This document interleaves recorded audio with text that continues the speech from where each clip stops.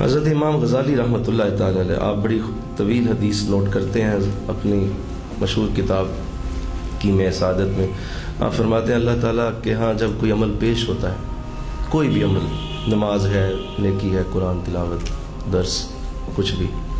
جب وہ اللہ کے ہاں پیش ہوتا ہے تو اللہ کے بارگاہ میں جو پہلے آسمان کے فرشتے ہوتے ہیں وہ اس کی تمام چیزیں دیکھتے ہیں. وضو ٹھیک تھا کہ نہیں، وضو مکمل تھا، صحیح طرح وضو کیا ہوا تھا، جس حالت میں جب یہ بندے نے نماز ادا کی ہے تو کیا وہ صحیح تھی،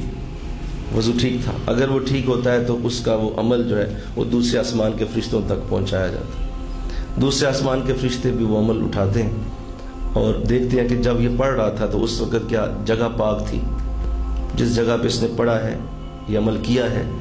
نماز ادا کی ہے، قرآن پڑھا ہے، وہ جگہ کیسی تھی، پاک جگہ تھی، وہاں کوئی گندگی تو نہیں تھی. اگر وہ نہیں ہوتی تو اس کا عمل جو ہے وہ تیسرے آسمان کے فرشتوں تک پہنچایا جاتا ہے. وہاں کے فرشتے دیکھتے ہیں کہ کیا یہ لباس کا بھی پاک تھا، اس کا لباس ٹھیک تھا، جو ریکوائرمنٹ تھی اس کے مطابق کپڑے پہنے ہوئے تھے. اگر وہ ٹھیک ہوتے ہیں تو پھر وہ چوتھے آسمان تک اٹھایا جاتا ہے. چوتھے آسمان والے دیکھتے ہیں اس کا جسم پاک تھا، کیا اس کے جسم کے اوپر کہیں پہ کوئی ایسا معاملہ تو نہیں تھا، وہ بھی ٹھیک ہوتا ہے تو پانچویں آسمان والے چیک کرتے ہیں کہ جب یہ پڑھ رہا تھا تو اس کے الفاظ ٹھیک ادا ہوئے، اس نے صحیح ادائیگی کی تھی، عربی کے الفاظ غلط تو نہیں پڑھے گئے، قواعد کے مطابق لفظ تھے. فرشتے جو ہیں وہ اگر دیکھتے ہیں کہ ٹھیک ہے تو وہاں سے وہ عمل 7ویں آسمان تک اٹھایا جاتا ہے.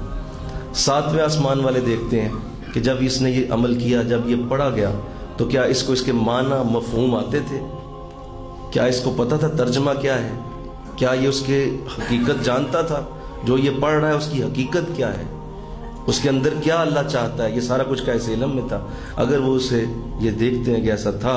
تو پھر اللہ کے 7 آسمانوں کے فرشتے اکٹھے ہو کر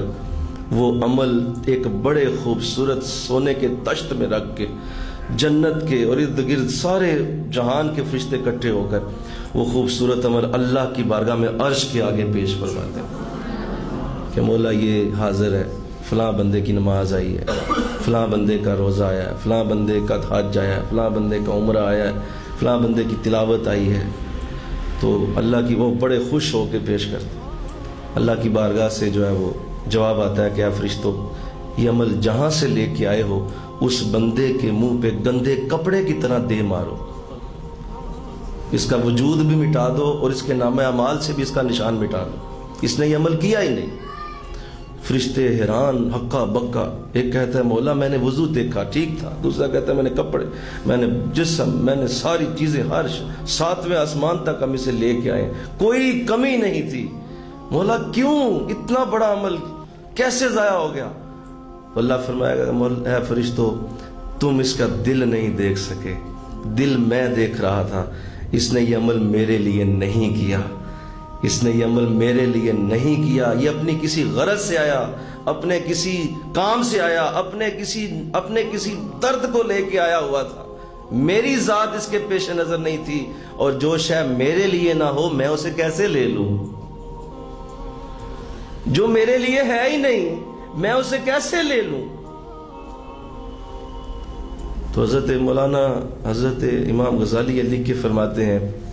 کہ دیکھ لو تم اپنے عملوں کا معاملہ کہ تم کس کے لیے کر رہے ہو اور کیا تمہاری نیت ہے.